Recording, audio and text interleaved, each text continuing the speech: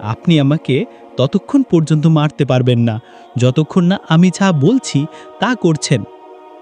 বাদশা জিজ্ঞেস করল, কি করতে হবে? ছেলেটি বলল, আপনাকে রাজ্যের সব মানুষকে এক মাঠে জমা করতে হবে। তারপর আমাকে একটি গাছের কাণ্ডের সাথে বাঁধতে হবে। তারপর আমার তুন থেকে একটি তীর নিয়ে ধনুকে লাগিয়ে বলবেন, বিসমিল্লাহির রব্বিল গোলাম, অর্থাৎ এই ছেলেটির রবের নামে। তারপর তীরটি আমাকে মারবেন, তাহলেই আমি মারা যাব। বাচ্চা ভাবল এটাই সুযোগ। সে রাজুর সব মানুষকে এক বিশাল ময়দানে জড়ো করল, ছেলেটিকে গাছের সাথে বাঁধল। তারপর ছেলেটির তুন থেকে একটি তীর নিয়ে ধনুকে রেখেছে ঘোষণা দিয়ে বলল, বিসমিল্লাহি রব্বিল গোলাম। তীরটি খেয়ে তার কানের পাশে বিদ্ধ হল। সে তার হাতটি ক্ষতস্থানে রাখল এবং শাহাদাত বরণ করল। কিন্তু এরপর যা হলো তার জন্য বাদশা প্রস্তুত ছিল না।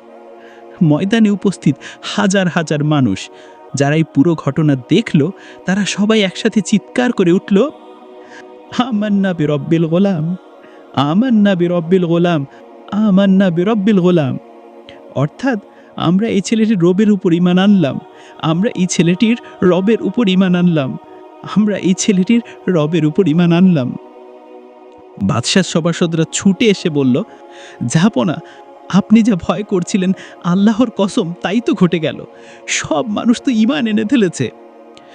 বাদশা রাগে উন্মাদ হয়ে গেল।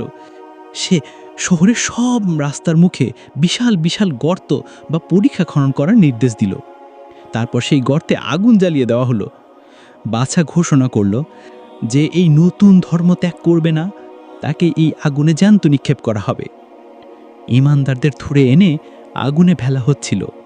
তারা জীবন দিচ্ছিল, কিন্তু ঈমান ত্যাগ করছিল না। এমন সময় এক মহিলাকে আনা হলো, যার কোলে ছিল একটি দুগ্ধপোষ্য শিশু।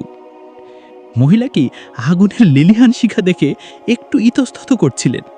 তখন তার কোলের সেই শিশুটি কথা বলে উঠল, আল্লাহু আকবার। শিশু সন্তানটি তার মাকে বলল, ইয়া উম্মা ইসবিরি ফা ইন্নাকি আলাল হক, অর্থাৎ হে আমার মা, ধৈর্য ধরুন, কেননা আপনি সত্যের উপরেই আছেন। প্রিয় ভাই ও বোনেরা, চিন্তা করে দেখুন কি অসাধারণ ঈমানের দৃষ্টান্ত। সেই বালক নীলের জীবন দিয়ে লক্ষ লক্ষ মানুষকে হিদায়াতের পথ দেখিয়ে গেল। সে মরে গিয়েও জিতে গেল, আর বাদশা বেঁচে থেকেও হেরে গেল। এই ঘটনাটি সূরা বুরুজ উল্লেখ। এই ঈমানদীপ্ত ঘটনাটি সম্পূর্ণ দেখতে চ্যানেলটি সাবস্ক্রাইব করে নিচে দেয়া লিঙ্কে ক্লিক করুন।